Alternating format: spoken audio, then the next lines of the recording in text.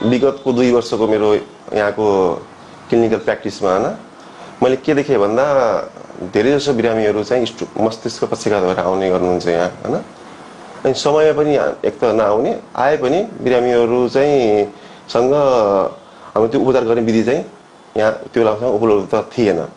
अब सञ्जीवनी medical college of medical साइन्समा चाहिँ हामीले क्याथ ल्याब जडान गरिसकेपछि त्यो क्याथ ल्याबको विधिबाट अब इस्केमिक मस्तिष्क पक्षघात हुने जुन कारण हुन्छ क्लटले गर्दा त्यसलाई निकाल्ने मिल्ने हामीसँग विधि आइसकेपछि अब यसबाट हामीले यो सुविधा चाहिँ यहाँ सुरु गर्न मिल्छ भन्ने कन्सेप्सनबाट यो सुरु गरेका हौँ।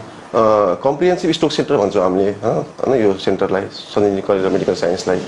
यहाँ चाहिँ अरू प्राइमेरी स्ट्रोक सेन्टरहरू जस्तै हुन्छन् जहाँ चाहिँ हजुरको चाहिँ तिनीहरूको मुख्य काम भनेको चाहिँ प्राइमेरी स्ट्रोक सेन्टरको मुख्य काम भनेको चाहिँ स्ट्रोकको बिरामी आइसकेपछि स्ट्रोक जस्तै लक्षण लिएर आउने अरू रोग होइन भनेर पुष्टि गर्ने।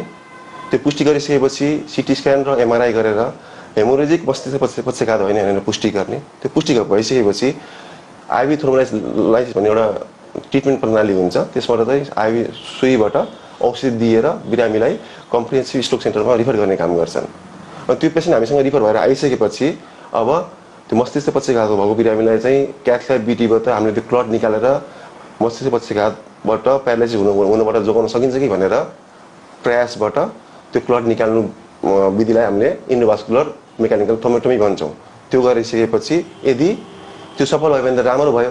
यदि सफल नभएर बिरामीलाई कुनै अपाङ्गता आइसकेछ भने पोस्ट स्ट्रोक रिहेबिलिटेसन भन्ने हुन्छ।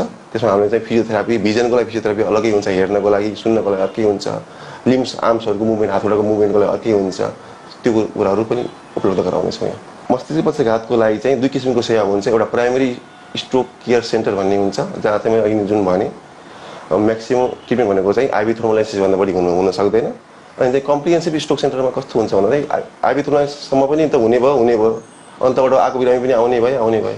त्यो सँगसँगै क्याथ ल्याबको विधि प्रयोग गरेर हामीले टाउकोमा कुन नसामा कुनै रगतको ढिक्का जमेको छ भने चाहिँ त्यसलाई क्लटलाई निकालेर त्यो बिरामीलाई प्यारालाइसिस हुनुबाट बचाउनु र यदि प्यारालाइसिस भइहाल्यो भने पनि पोस्ट स्ट्रोक रिहेबिलिटेसन गरेर त्यो प्यारालाइसिसको समस्यालाई कम गरेर ल्याउनु नै मेन काम हुनेछ। हामी सक्षम छौँ।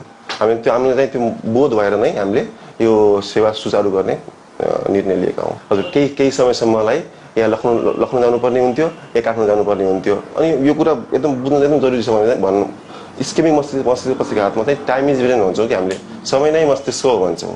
अब लखनऊ जान 4 आवर्स जति लाग्छ, काठमाडौँमा इभन हेलिप्याडबाट जानलाई पनि 1 to 2 आवर्स लाग्छ। त्यो टाइम लसले गर्दा जति समय बढ्दै जान्छ त्यति चाहिँ मस्तिष्कको न्युरोन्सहरू भन्छौँ हामीले हैन कणहरू हुन्छ त्यो मर्दै जान्छ। जति चाँडै हामीले आइभी थ्रोम्बोलाइसिस गर्न सकियो, जति चाँडै त्यो क्लट निकाल्न सकियो त्यति चाहिँ हामीले ब्रेनको मात्रा बचाउन सक्छौँ। त्यो हिसाबले हजुरको चाहिँ बिरामीले चाहिँ कुनै अपाङ्गता आउँदैन। म एउटा इक्जाम्पल दिन चाहन्छु यसमा। सपोज कुनै एउटा किसान हुनुहुन्छ, किसानले काम गर्नुहुन्छ खेतमा हैन, उहाँको चाहिँ दाहिने साइडमा पुरै पक्षघात भइदिइहाल्यो भने उहाँको एउटा काम त पुरै खेर जाने भयो नि त। उसले एउटा परिवारले एउटा मेन पावर गुमाउने भयो। त्यो गुमाउनु त छँदैछ, परिवारको अर्को सदस्यले उसको हेरचाह गर्नुपर्ने हो कि कति ठुलो बढेन सोसाइटीको लागि, फ्यामिलीको लागि। यो समस्यालाई नै बुझेर हामीले यो सेन्टर सुचारू नगरी हुँदैन भनेर चाहिँ बोध गरेर नै सुरु गरेका हौँ यो कुरा। अब जस्तै हाम्रो नेपाल सरकारले किडनीको बिरामीलाई, मुटु रोगको बिरामीलाई कुनै रोग भइसकेपछि जहाँ उपचार गरे पनि कुनै सहुलियत दिइरहेको हुन्छ हैन। अब त्यो सहुलियत चाहिँ मस्तिष्क पक्षघातको बिरामीले पाइरहेको हुँदैन। अब कस्टको कुरा गर्दा स्केमिक मस्तिष्क पक्षघातलाई मैले जति सस्तोमा गर्न चाहे पनि त्यो सामान यति महँगो छ, बाहिरबाट मगाउनु पर्ने हुन्छ। 5-6 लाख रुपियाँ खर्च हुन्छ। अब हस्पिटल सरकारले स्केमिक मस्तिष्क पक्षघातको बिरामीलाई कुनै सहुलियत दिएर 1 लाख 2 लाख जति सक्छन् सहुलियत दिएर त्यो कम गरिदियो भने बिरामीलाई पनि भार कम पर्ने भयो हैन।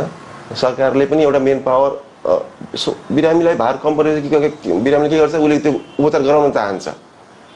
उपचार गराएर बिरामीको चाहिँ प्यारालाइसिस भएन भने सरकारले पनि एउटा मेन पावर त बचाउने पायो भने त एक्स्ट्रा। सपोज अब किसान, कोही टिचर, सपोज कुनै एउटा टिचर हुनुहुन्छ, टिचरलाई यो पक्षघात भएर उहाँको बोल्ने क्षमता गयो भने उहाँको पुरै करियर त ध्वस्त भयो नि त।